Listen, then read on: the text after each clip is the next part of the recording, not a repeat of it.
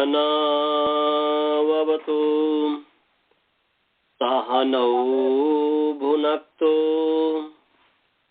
सह वीर्यं करवावहै तेजस्विनावधीतमस्तु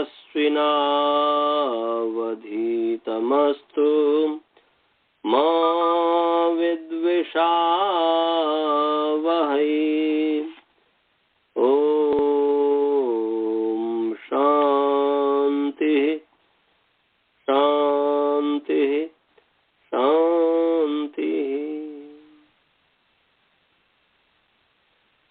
सभी को सादर नमस्ते। आइए आप सभी का जो है प्रथमामृति पाठ में स्वागत है। कहाँ तक हमने पढ़ा दिया था?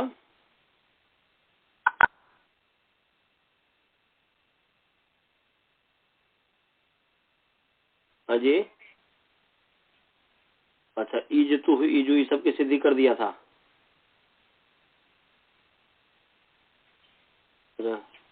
अच्छा, आज चलेगा इंधी भवतीभ्याम च। इंधी भवतीभ्याम च। इंधी भवतीभ्याम इकारांत पुंलिंग इंधी भवती शब्द पंचमी विभक्ति द्विवचन च अव्ययपद है। समास है इंधिश्च भवती शति इंधी भवती ताभ्याम इंधी भवतीभ्याम। आपको पहले पढ़ाया हुआ है। एक स्थिपौ धातु निर्देश है। धातु को निर्देश करने में एक और स्थिप प्रत्यय होता है। तो यहाँ पर भवती में जो है स्थिप प्रत्यय हुआ है और इंधी दीप्तो में जो है इंधी जो है यहाँ पर एक प्रत्यय हुआ, इसलिए इंधी है। तो इंधी भवतीभ्याम च। तो इतरेतर योग द्वंद्व है। ऊपर से असंयोगा लिटकित से कित की अनुवृत्ति आ रही है और लिट की अनुवृत्ति आ रही है। तो अर्थ क्या हो गया जी? इंधी भवतीभ्याम धातुभ्याम परः लिट प्रत्यय कित भवती कितवत भवती। मैंने वत न होते भी वत कह रहा है। वत इसलिए हो रहा है क्योंकि जो है जो है ही नहीं और फिर वैसा कहा जाए तो उसके समान माना जाएगा ना। इस चीज को हमें समझना है बार बार, एक व्याकरण में ही नहीं, व्याकरण की बुद्धि अन्य चीज में भी लगाना है।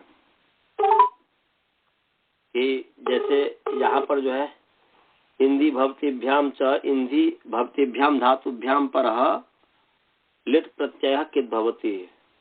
इंधी भवतीभ्याम धातुभ्याम परो लिट प्रत्यय कित भवती। इंधी और भवती धातु से परे माने भू धातु से परे जो है लिट प्रत्यय कित के समान होता है। तो लिट प्रत्यय कित के समान होता है, वास्तव में कित है नहीं परंतु कित के समान होता है कार्य के लिए। ऐसे ही हर चीज में अहम ब्रह्मास्मि भी यही समझना है कि जो है मैं ब्रह्म हूँ, तो मैं ब्रह्म हूँ का मतलब मैं ब्रह्मवत हूँ, ऐसा। तो इसका उदाहरण है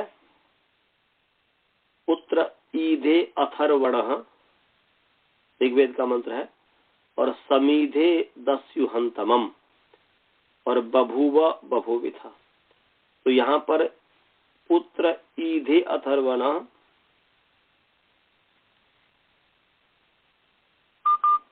तो ईधे अथर्वणः लिट लकार का रूप है ईधे। ईधे का मतलब हुआ इंधि दीप्तो दीप्त हुआ, ऐसा अर्थ हुआ। अथर्वण दीप्त हुआ, हे पुत्र अथर्वण दीप्त हुआ इत्यादि। इसका कोई भी प्रसंगानुसार अर्थ होगा। यहाँ तो विशेष रूप से जो ध्यान देना है वह ईधे पर ध्यान देना है। और समीधे दस्युहंतमम में भी समीधे पे ध्यान देना। समीधे की सिद्धि कैसे हुई, ये इंधी है और भू से लेना है बभूव और बभूविथ। तो आइए ईधे की सिद्धि कर रहे हैं। इंधी तो धातु है, तो इंधी अनुबंध लोप करेंगे और आचार्य धातु एक बार फिर बता दीजिए, कौन सा धातु है? इंधी य चौथा य ह्रस्वीकारी ई ह्रस्व ई नध संयुक्त दीर्घ ईकार इंधी। समझ गए? इंधी जी। दीप्तो दीप्ति अर्थ में है। तो धातु संज्ञा मैंने अनुबंध लोप कीजिए, मैंने ई की जो है आदरेट उर्वा से और धकार जुबर्ती इकार जो है इसका जो है उपदेश जन्मास्कृत से संज्ञा तस्लोपादशम लोप करके इंध हुआ, इंध। और इंध से लिट प्रत्यय हुआ परोक्ष लिट में। लिट के स्थान पर जो है यहाँ पर आत्मने पद है, अनुदात्त गीत आपने अनुदात्तित धातु है, क्योंकि ई जो है अनुदात्त है उसकी संज्ञा हुई, तो अनुदात्तित धातु है। तो अनुदात्तित और गीत धातु से परे आत्मने पद होता है, अनुदात्त गीत आत्मने पदम, तो आत्मने पद हो गया तो इंध त हुआ। अब इस स्थिति में इंध त, इस स्थिति में एक सूत्र है लिटस्तयो रेशिरेच, 3481 नंबर सूत्र है, 3481 नंबर सूत्र है, निकाल लीजिए। लिटस्तयो रेशिरेच 3481, लिटस्तयो रेशिरेच निकाल लीजिए। लिटस्तयो रेशिरेच, लिटस्तयो रेशिरेच प्रथमावृत्ति होगा, तो प्रथमावृत्ति यदि आपके पास होगा तो उसमें पेज नंबर 534 है, 534 है। निकाल लेंगे तो बोल दीजिएगा कि निकाल लिया। निकाल लिया, निकाल लिया सर। लेटस्त झय और लिट टकारांत पुमलिंग लिट शब्द षष्ठी विभक्ति एक वचन है, और तझयो हो तश्च झश्च इति तझौ तयो हो तझयो हो त्रेतर योग द्वंद्व हो गया। और एशिरेच तो एश्च इरेच च, एश्च तालब एश्च इरेश्च माने इरेच च, सॉरी एश्च इरेच च इति एशिरेच अचिन्हम परिसंजम समाहार द्वंद्व समास हो गया। एशिरेच जो है तझयो जो षष्ठी द्विवचन है, एशिरेच जो है चकारांत पुंलिंग एशिरेच शब्द प्रथमा व्यक्ति एक वचन है। और लिटा में षष्ठी है और तझयो हो में षष्ठी द्विवचन है, लिट मन लिडादेशयो हो, लिट के स्थान पर जो आदेश क्या तकार और झकार, तो लिडादेशयो तझयो हो स्थाने यथा संख्यम एश इरेच भवति या एश इरेच इत्येतु आदेशो भवतः। समझ गए? लिडादेशयो तझयो स्थाने अर्थात तकार झकारयो स्थाने संख्या क्रमेण यथा संख्यम एश इरेच इत्येतौ आदेशो भवतः, ये आदेश होते हैं। समझ गए जी? और सूत्र के अनुसार करेंगे तो बस लिडादेशयो तझयो स्थाने एशिरेच भवति, एशिरेच आदेशः भवति यथा संख्यम। लिडादेश सकार झकार के स्थान में संख्या क्रम से त के स्थान पर एश और झ के स्थान में इरेच होता है। समझे जी? अर्थ सभी को समझ में आ गया? तो यहाँ त है, लिडादेश त है के स्थान पर एश हो गया, तो इंद एश अनुबंध लोप हुआ, ए हो गया इंध ए। अब इंध ए है तो ए को मान करके इंध की अंग संज्ञा है यस्मात् प्रत्यय विधि प्रत्यंगम से, और अंग संज्ञा होने से अंगस्य का अधिकार, और अंगस्य के अधिकार में अनिदिता महालब्धकंगति, अनिदित इसके नकार जो उपधा में है उसका लोप होता है। अनिदिता नाम अंगाना हलंता नाम उपधाया नकार से लोप पश्चात कंगति परतः। तो ये है 6, 4, 14 नंबर सूत्र है, निकाल लीजिए। छठा अध्याय चतुर्थ पाद का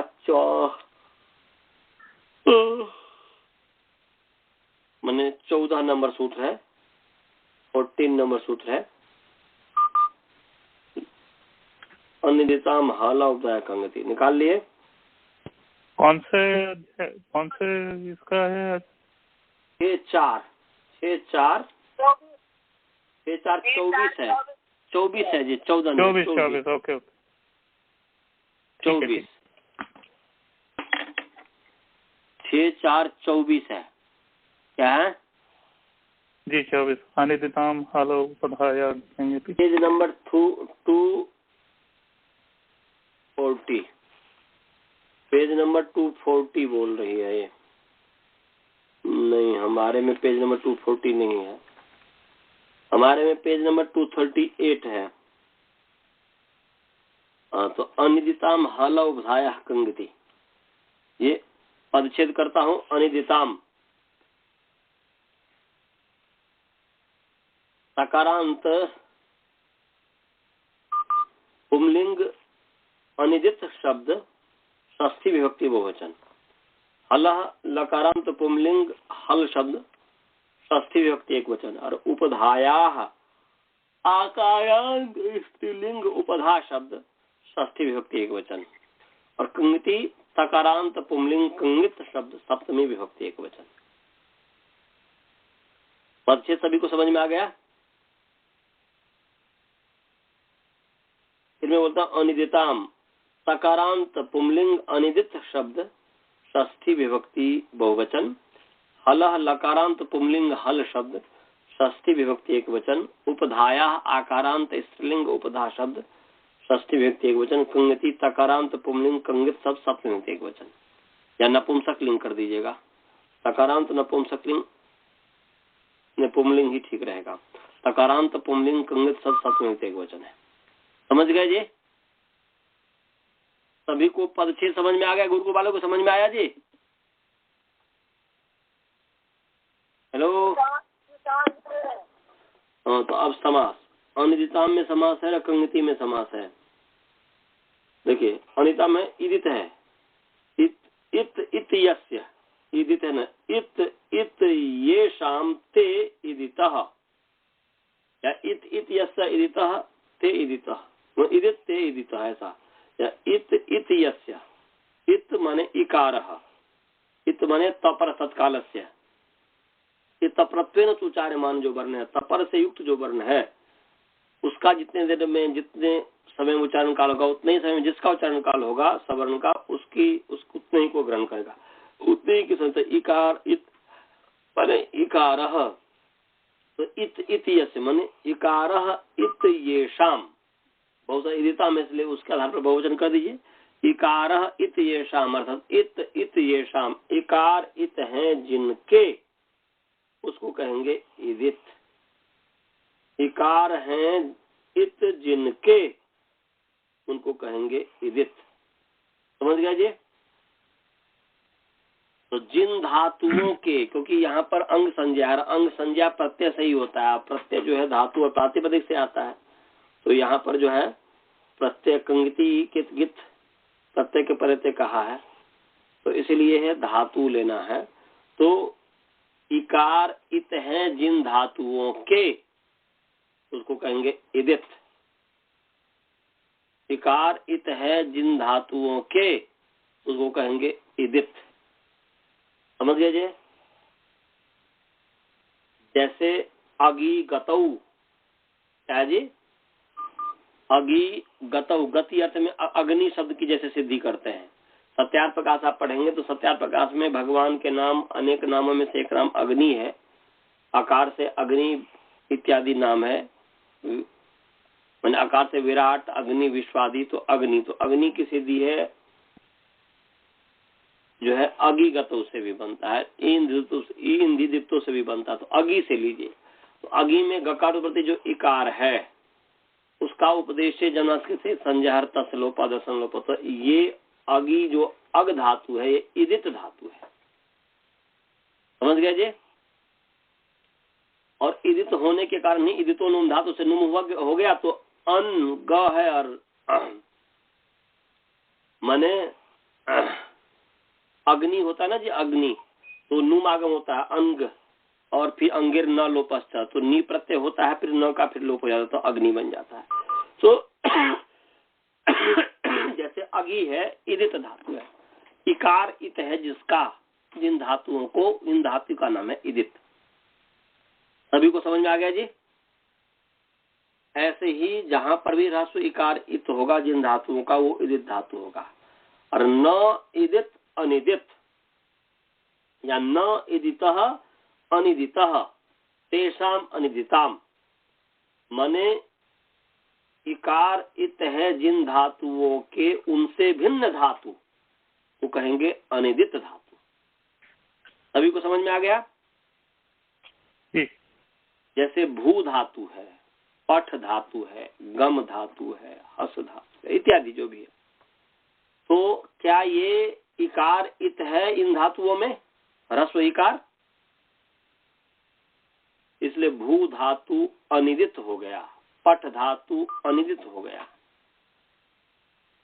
गम धातु अनिदित हो गया, पच धातु अनिदित हो गया।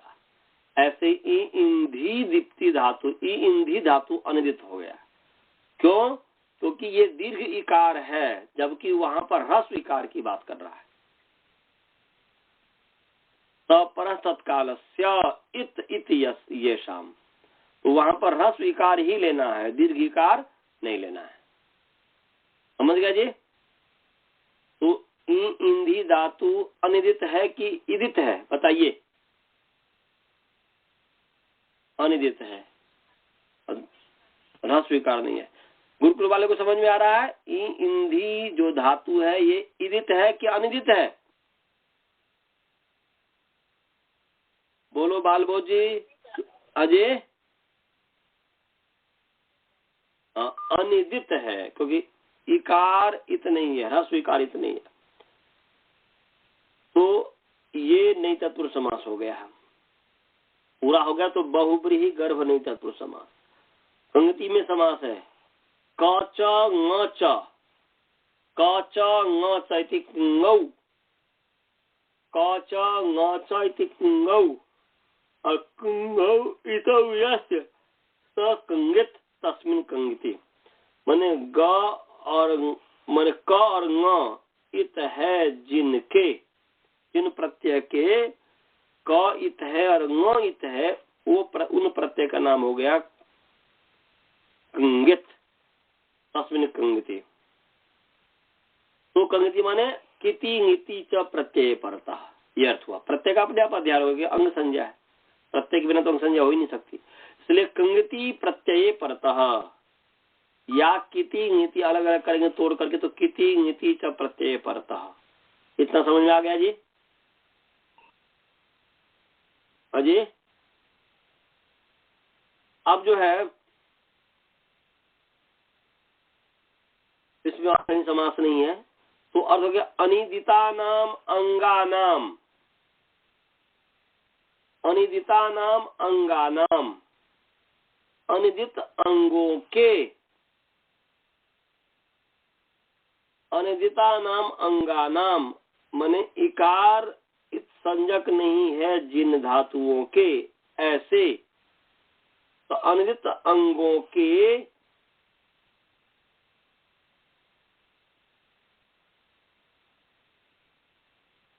तो अनिदिता नाम जो है हलह का विशेषण है, या अनिदित अंगों, अनिदित मन इकार इत नहीं है जिन धातुओं के, ऐसे जो हलंत धातु, हलंत अंग, या अनिदिता नाम हलंता नाम अंगा नाम, हल में तदंत विधि हो गई, अंग विशेषण है और हल विशेष है, या धातु विशेषण है और हल विशेष है, सॉरी धातु विशेष है, हल विशेषण है। इसलिए ये विधि संतस्य, जिस विशेषण के द्वारा विधान किया जाता है वह विशेषण तदंत की संज्ञा करता है, वह विशेषण तदंत की संज्ञा करता है। तो यहाँ पर जो है हल का अर्थ हो गया हलंत, अंग को भी मान कर सकते हैं। तो अनिदिता नाम हलंता नाम, अनिदित हल जो हलंत, अनिदितों का हल के साथ जो संबंध है, अनिदित जो हलंत धातु, अनिदिता नाम में षष्ठी है और हलह में भी षष्ठी है, तो षष्ठी जो अनिदित जो षष्ठी है उसका हल के साथ कौन सा संबंध है, बता सकता है कोई भी? अनिदित का हल के साथ कौन सा संबंध है? अनिदित धातुओं के अवयव जो हल, हाँ अवयव अवयवी ये हुआ। अनदित धातुओं के जो हल, और फिर हल जो है विशेषण है अंग का या धातु का। अनदित धातुओं के जो हल, अनदित धातुओं के अवयव जो हल, वह हल अंत अवयव है जिनके, जिन अंगों के। तो देखिए इंध जो धातु है ये अनिदित धातु है, ये हमने आपको पहले बता दिया था, बताया था ना। इंध जो है ये अनिदित धातु है और अनिदित धातुओं के अवयव है हल। अवयव हल तो न भी है ध भी है, परंतु वह हल जो अंतावयव हो, क्योंकि हल में तदंत विधि हो जाएगी। अनिदित धातुओं के अवयव जो हल, वह हल अंतावयव है जिनके, तो वह अंतावयव है इंध के। उस इंध जो धातु है उनके, तो अनिदित धातु, इन अनिदित अंगों के अवयव हल और ऐसे अंत वाले, इस प्रकार के हलंत अंग की जो, हलंत अंग की जो उपधा है, उस उपधा जो नकार है, ऊपर से हलह उपधाया, माने हलंत अंग के अवयव उपधा। फिर हो गया हलंत अंग, हलंत का अंग के साथ स्वरूप संबंध और अंग का फिर उपधा के साथ जो अवयव अवयभाव संबंध है। तो अंग के अवयव जो उपधा, उपधा क्या, ऊपर से अनुवृत्ति आ रही है न लोपह की। किसकी अनुवृत्ति आ रही है जी, न लोपह से न लोप, इसके ऊपर जो 6-4-23 नंबर सूत्र है उससे न लोपह की अनुवृत्ति आ रही है, तो उस न का लोप होता है। तो किति ङिति च प्रत्यय परतः अनिदितानाम हलंतानाम अंगानाम उपधायाः। अनिदितानाम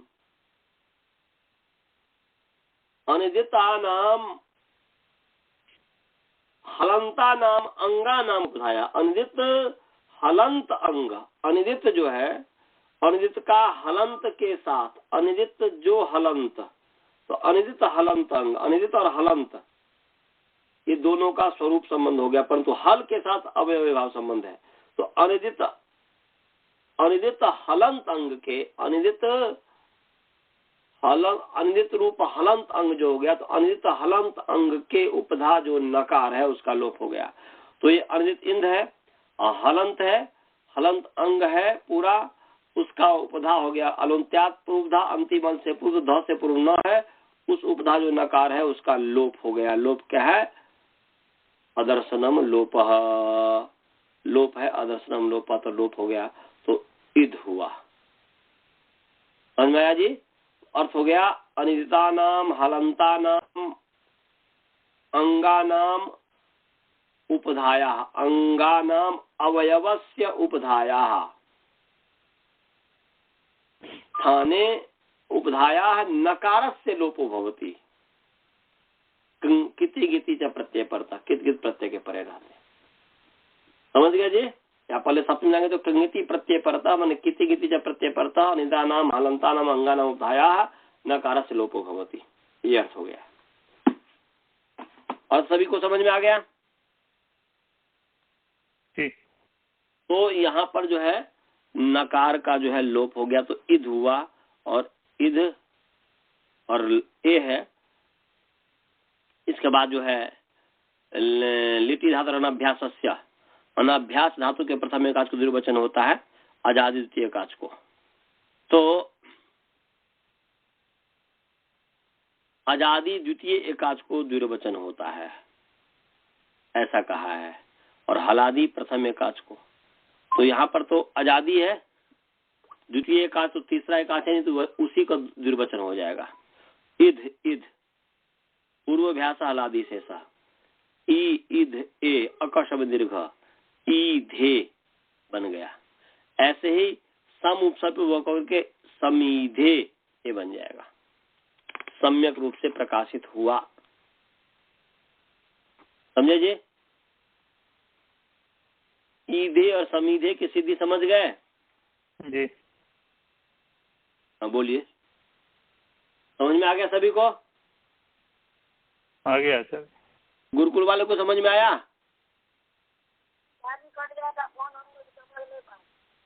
समझ नहीं पाए। मैं बोल रहा हूँ इंध ए तक तो समझ में आ गया था ना? इंध ए,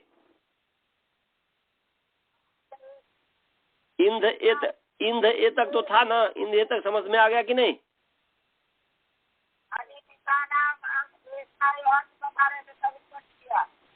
ये सब अनिदिता नाम, हलंता नाम, अंगा नाम उपधाया नकार से लोपो होती कृंगति परतः। ये नहीं समझ में आया? इंधी अनिदित धातु है, अनिदित है और हलंत है। ये अंग माने अनिदिता नाम, ये अंग का विशेषण समझ लो, और हलंता नाम भी अंग का विशेषण है, हलंत भी जो है। तो अनिदिता नाम अंगा नाम, हलंता नाम अंगा नाम, माने अनिदिता नाम विशेषण किसका हो जाएगा? हलंत का, ना सॉरी अंग का।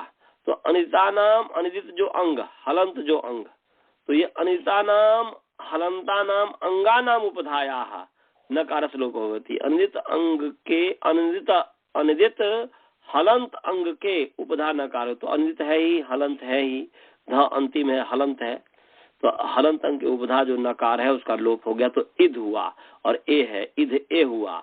और फिर मैंने कहा कि लिटि धातु अनाभ्यास से द्विर्वचन कर दो। लिटि परत अनाभ्यास धातु के प्रथम एकाच रजा द्वितीय का जो द्विर्वचन होता है, तो ए लिट पर है, तो आजादी द्वितीय एकाच, तीसरा है, द्वितीय है ही नहीं, तो एक ही है, तो वही दूसरा भी हो गया, इसलिए इध इध हो गया। और इध इध ए पूर्वभ्यास हलादि से सह ई इध ए, और फिर अकर्ष दीर्घ ई का, तो ईध ए ईधे ये बन गया। और समीधे में भी ऐसे बन जाएगा, सम उपसर्ग है और ईधे हो गया, मिला दीजिए समीधे बन गया। अच्छी प्रकार से प्रकाशित हुआ। समझ में आ गया? अब बालबोध, श्रवण, विद्यान सबको समझ में आ गया? अब आगे है बभूवा, लिट लकार, बभूवा वह था, तो बभूवा भू धातु है। पूर्वज जो है परोक्षे लिट इत्यादि करके लिट लकार ले आइए, और लिट के स्थान पर जो है ये तिप भी ला सकते हैं, नल भी ला सकते हैं, सॉरी तिप ले आइए, और मिप भी, क्योंकि नल अथुस, थल अथुस और नल बमा। नल तो प्रथम पुरुष एक वचन में भी होता है, और उत्तम पुरुष एक वचन में भी होता है। तो तिप से भी बन सकता है, मिप से भी बन सकता है। तो यहाँ पर तिप ले आइए, तिप के संदर्भ पर पदानाम नल तुसु थल नल बमा से जो है वह नल हो गया, नल का अ है, तो भू बार बार कट रहा है, तो अनुबंध लोप नल को करेंगे तो अ बचेगा, तो भू अ है। अब अ को मान करके भू की अंग संज्ञा है। नल जो हुआ है माने तिप है, तिप के स्थान पर पस्मै पदानाम नल तुसु थल तुसा नल बमा से नल हो गया यथा संख्यम से, तो भू नल है।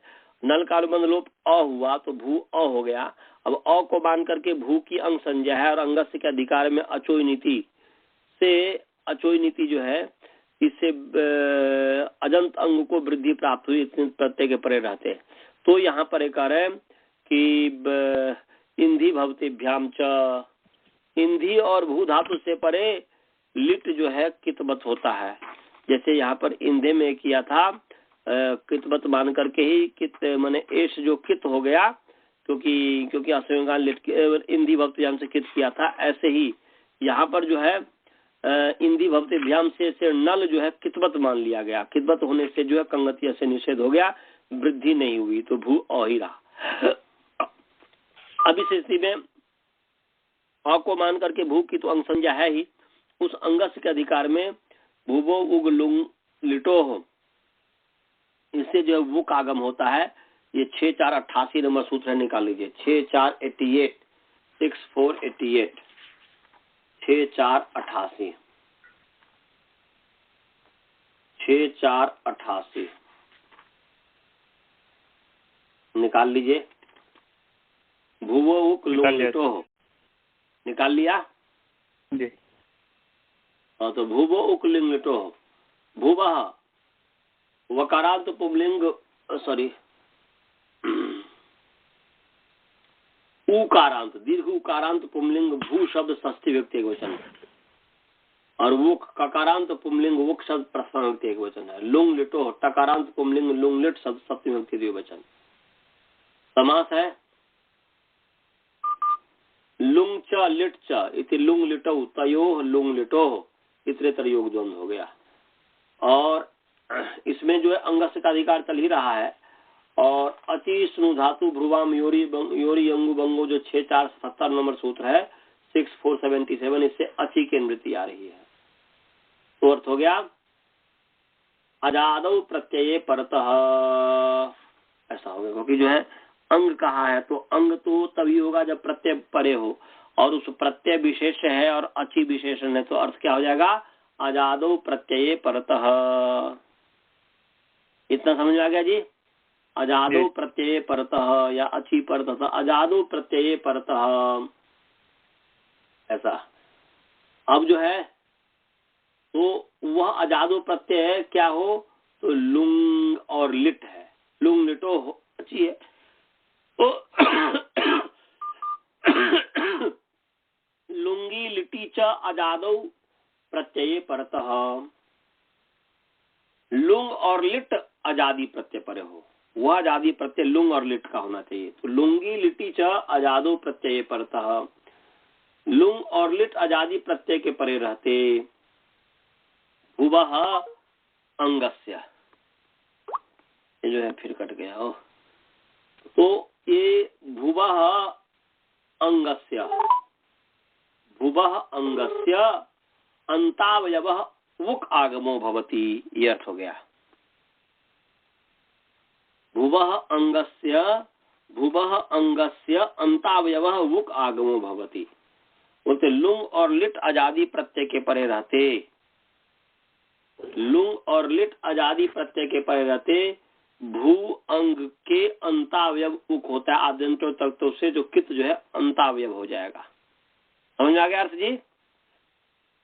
लुंगी लिटी चा अजादो प्रत्यय परतः, लुंग और लिट अजादी प्रत्यय के परे रहते। अजादी इसलिए होगा कि सप्तमी विशेषण सप्तम्यंतम विशेषण सदादे सत्य सदादे संज्ञास्यात्, मैंने यस्मिन विधि सदादा बल ग्रहणे जो परिभाषा उसे तदादि विधि होगी, इसलिए अजादो प्रत्यय ऐसा हुआ कि अजादो प्रत्यय पर, तो लुंगी लिट में लुंग लिट अजादी प्रत्यय परे हो, या अजादी लुंग और अजादो लुंगी लिटी जब प्रत्यय पड़ता है, ऐसा अजादी लुंग और लिट प्रत्यय के परे रहते। तो अजादो लुंगी लिटी जब प्रत्यय परतः भुवो अंगस्य अंतावयव उकागमो भवति, भुव अंग के अंतावयव उकागम होता है।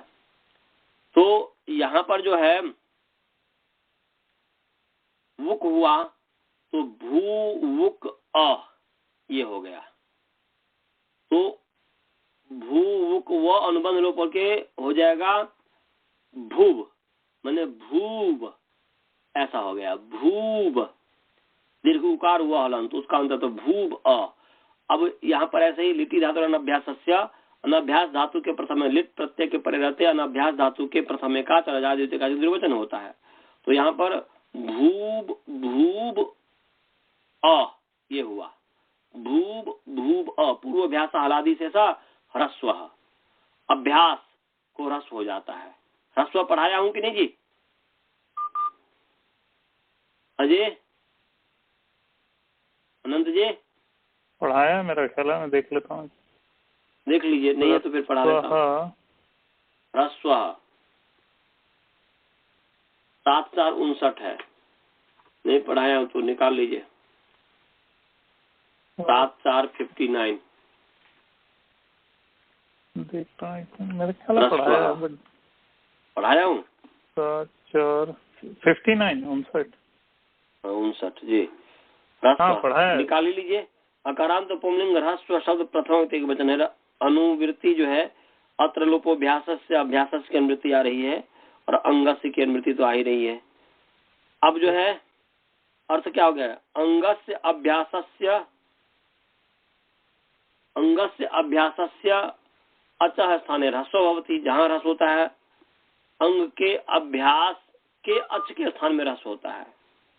तो अंगस्य अभ्यासस्य अचः स्थाने, अचः यहाँ पर जोड़ देंगे क्योंकि जो है इसको हो तो अच के मने अच जो है ना अचश्च वहां पर परिभाषा उपस्थित हो जाती है। जहाँ पर ह्रस्व हो, दीर्घ हो, प्लुत हो, ऐसा करके जहाँ पर ह्रस्व दीर्घ प्लुत किया जाए तो वहां पर ह्रस्व इत्यादि किया जाए तो वहां पर अच उपस्थित हो जाता है। इसलिए अर्थ हो जाएगा अंगस्य अभ्यासस्य अचः स्थाने ह्रस्व भवति।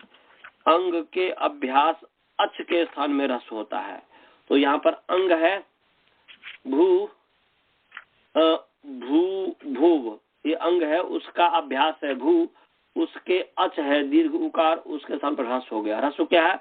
उकालो ह्रस्व दीर्घ प्लुतः, इसलिए यहाँ पर ह्रस्व हो गया तो भू बन गया। क्या बन गया जी? भू। फिर अभ्यास से चर्चा, अभ्यास में झलों को जस अर्चर होता है तो जस हो गया तो बू भू अ। अब इस स्थिति में जो है अ को मान करके बू भू जो है इसकी अंग संज्ञा है। अंग संज्ञा होने से अंगस के अधिकार में एक है सूत्र भावतेरः। 7473 नंबर सूत्र है जी। 7473 73 निकाल लीजिए। 7473 भावतेरः निकाल लिया सर। हाँ 7473 भावतेरः। तो भावते इकारांत पुल्लिंग भवती शब्द षष्ठी व्यक्ति एक वचन है। अह अकारांत पुल्लिंग अशब्द प्रथम व्यक्ति एक वचन है। ऊपर से अत्र लोपोभ्यास से जो पीछे पढ़ा था, पीछे जो बताया था अत्र लोपो ह्रस्व कि आगे जो है अत्र लोपोभ्यास 7458 नंबर सूत्र से अभ्यास से केंद्रित आ रही है। और फिर जो है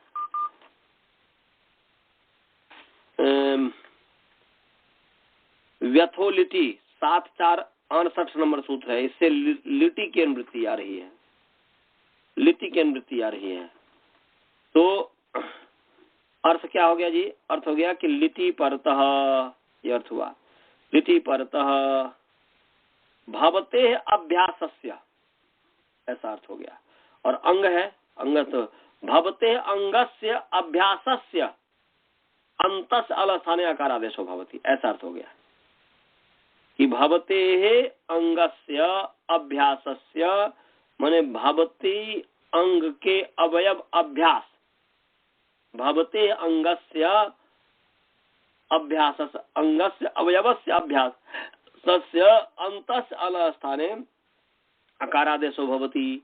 लिटि पर तो लिटि अ है, लिट परे है तो लिट की परे रहते भू अंग के, जो भू अंग है उसके भू अंग के अभ्यास है। भू अंग के अभ्यास, भू अंग के अवयव जो अभ्यास है तो अभ्यास, उस अभ्यास के स्थान पर अंतिम अल जो है उसके स्थान पर उ, उसके स्थान पर अ हो गया।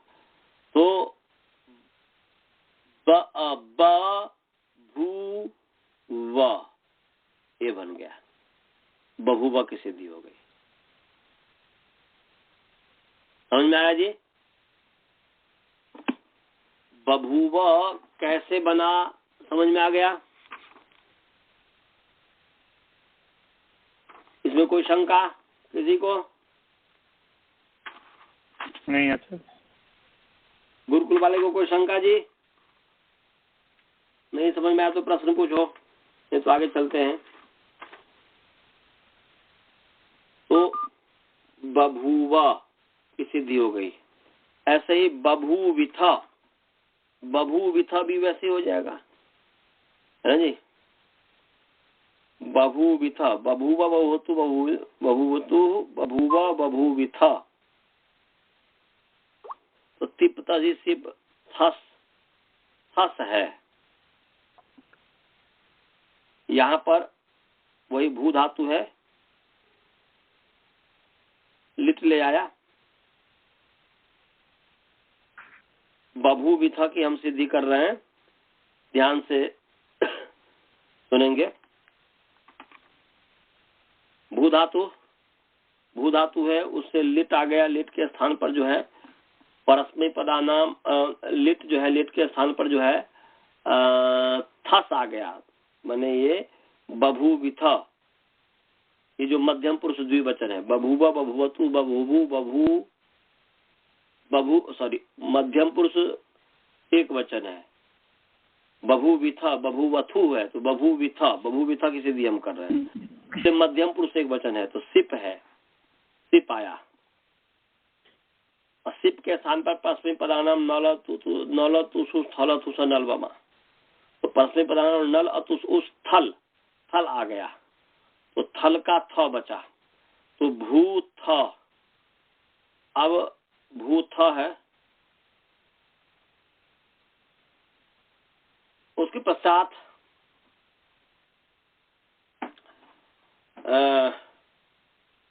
ठीक है भू थ हुआ।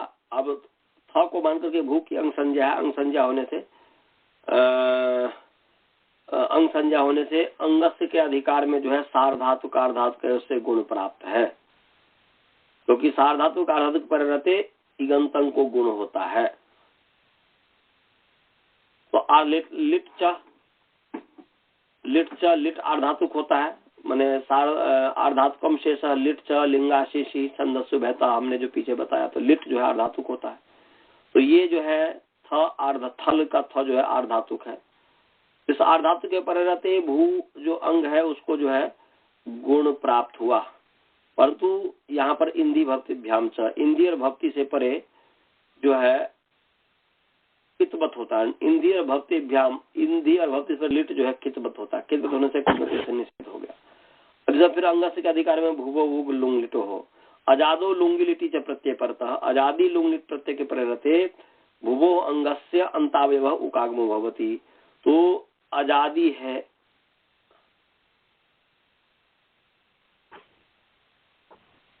नहीं होगा क्योंकि आजादी है ही नहीं, ये तो था आजादी है ही नहीं, तो आजादी है ही नहीं इसलिए भूवो तो लगेगा ही नहीं, वो तो भू ही रहेगा, भू था ही रहेगा। यहाँ पर अंगस्य के अधिकार में आर्धातु का सिर बलादे, अंग के संबंधी जो बलादी आर्धातु का उसको इटागम होता है। तो वलादी था जो है वलादी है, वह से लेकर के हल्का ल तक उसमें ख फ छ ट च तब ये द्वितीय वर्ण भी आ जाता है, इसलिए वलादी आर्धातु उसको इटागम हो गया तो इथा बन गया, इथा हो गया। तो बभू बने क्या बोलते हैं कि ये इथा हो करके अब जो है भू जो हुआ, इथा जो हुआ, तो अब आजादी मिल गया, अब आजादी लिट परे मिल गया, क्योंकि इटागम नहीं करेंगे तब तक नहीं होगा। तो आजादी लिट मिल गया, तो आजादी लिट हो गया।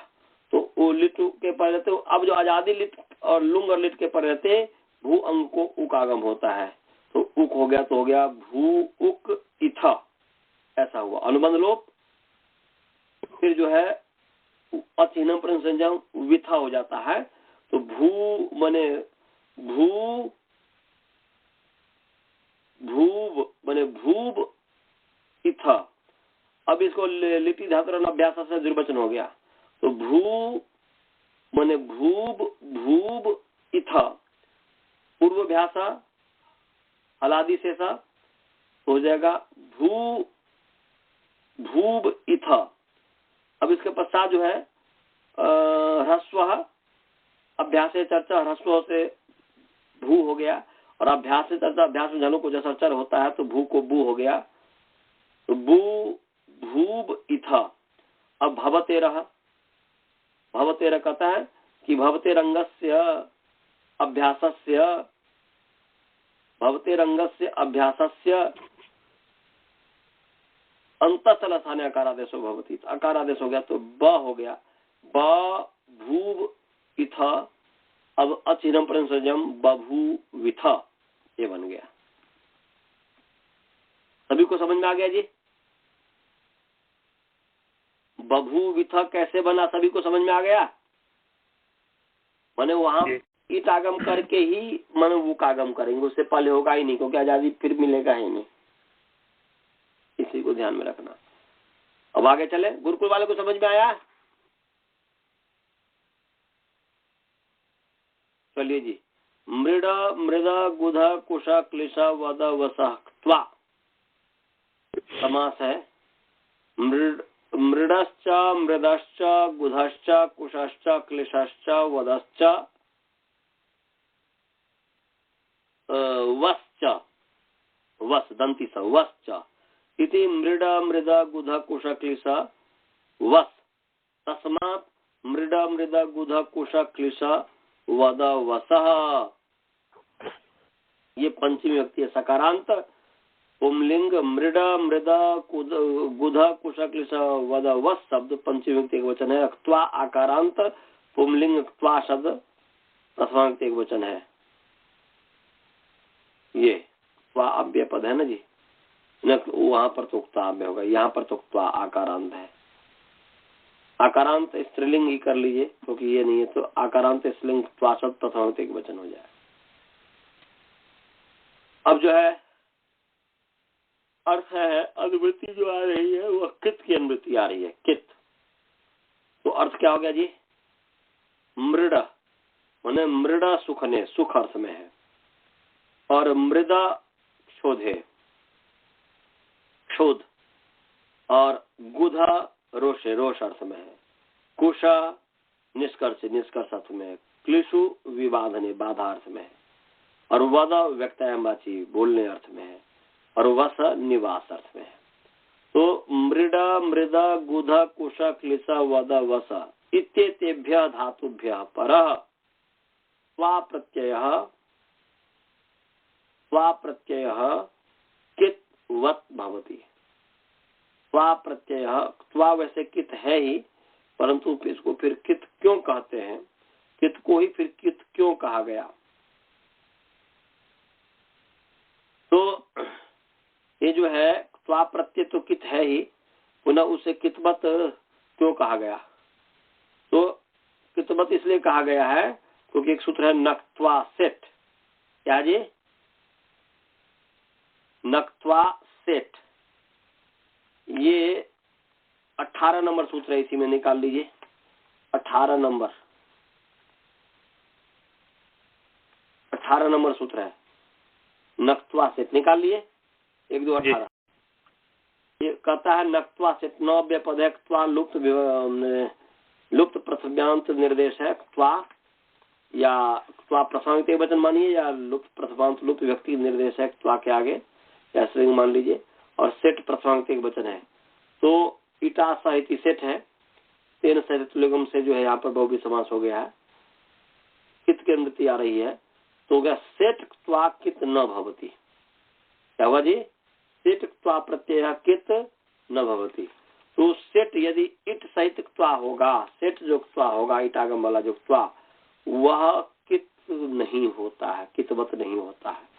तो जब कितवत नहीं होता है तो इसीलिए यहाँ पर वहां पर कितवत कित का निषेध किया था, इसीलिए बताया कि मृड मृद गुद कुश क्लिश वद वस इन धातु से परे सेट जो त्वा प्रत्यय कितवत हो जाता है। त्वा प्रत्यय कितवत होता है भले ही वह सेट हो, माने इन धातु से परे, मृड धातु से परे ही सेट त्वा प्रत्यय कित होगा, मृद धातु से परे ही सेट त्वा कित होगा, गुद धातु से, क्लुश धातु से, क्लिश धातु से, वद धातु से, वस धातु से, इन धातु से परे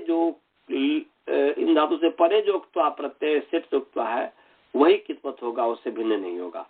तो वो जो आगे निषेध किया नक्ता सेट से, उससे पहले ही मैंने वो जो है नक्ता से सूत्र जो कित्व का निषेध किया गया है। तो ये यहाँ पर त्वा को कितवत कर दिया, निषेध किया है। यदि नहीं यहाँ पर करते तो फिर यहाँ पर भी जो है मतलब जो है ये नहीं हो सकता था। इसके भी जो है नक्त्वा सेट जो है यहाँ पर त्वा को कितवत नहीं करते तो नक्त्वा सेट से निषेध था, कितवत का निषेध था, तो फिर वो अनिश्चिद्धि होने लग जाती है। समझ गए जी? सभी को समझ में आया है? जी आगे। तो पहले ही अपवाद रूप में कह दिया, तो नक्त्वा सेट का अपवाद सूत्र है ये। तो मृडा मृदा गुध कुश क्लिश वद वसः धातु परः त्वा सेट त्वा कित सेट त्वा कित भवति। और यदि अलग अलग धातु को तोड़ के करेंगे तो मृड मृद गुध कुश क्लिश वद वस इत्येतेभ्यः धातुभ्यः परः सेट क्त्वा कित वत भवति, कित के समान होता है। तो इसका उदाहरण है जैसे मृडित्वा, मृदित्वा, गुधित्वा, कुशित्वा, क्लिशित्वा, उदित्वा, उशित्वा, ये है। तो मृडित्वा जो है, मृडित्वा जो है मृड सुखने धातु है, सुखन अर्थ में है, आनंद देने अर्थ में। तो मृडित्वा माने आनंद देकर, सुख देकर। तो मृड अनुबंध लोप मृड हुआ और समान कर्तृकयो पूर्व काले। पढ़ाया हूँ कि नहीं समान कर्तृकयो पूर्व काले? हाँ जी, सकता है पढ़ाया है सर जी। शायद समान कर्तृकेषु तुमुन पढ़ाया होगा। समान समान कर्तृकेषु तुमुन पढ़ाया। समान कर्तृकयो पूर्व काले नहीं पढ़ाया हूँ। तो ये पढ़ाया है सर जी, वो भी पढ़ाया हूँ जी। मैंने समान करता है जिनके उसमें पूर्व काल में वर्तमान जो धातु से कृन्मय जनता है जो सूत्र। अच्छा, बस पढ़ाया हूँ। तो यहाँ पर त्वा प्रत्यय होते, मृड मृड और त्वा है, अनुबंध लोप त्वा हुआ, आर्धात का सबला देश आर्धात को आर्धात से इटागम हो गया, मृड इट त्वा। अब जो है यहाँ पर इत त्वा जो है इसको मान करके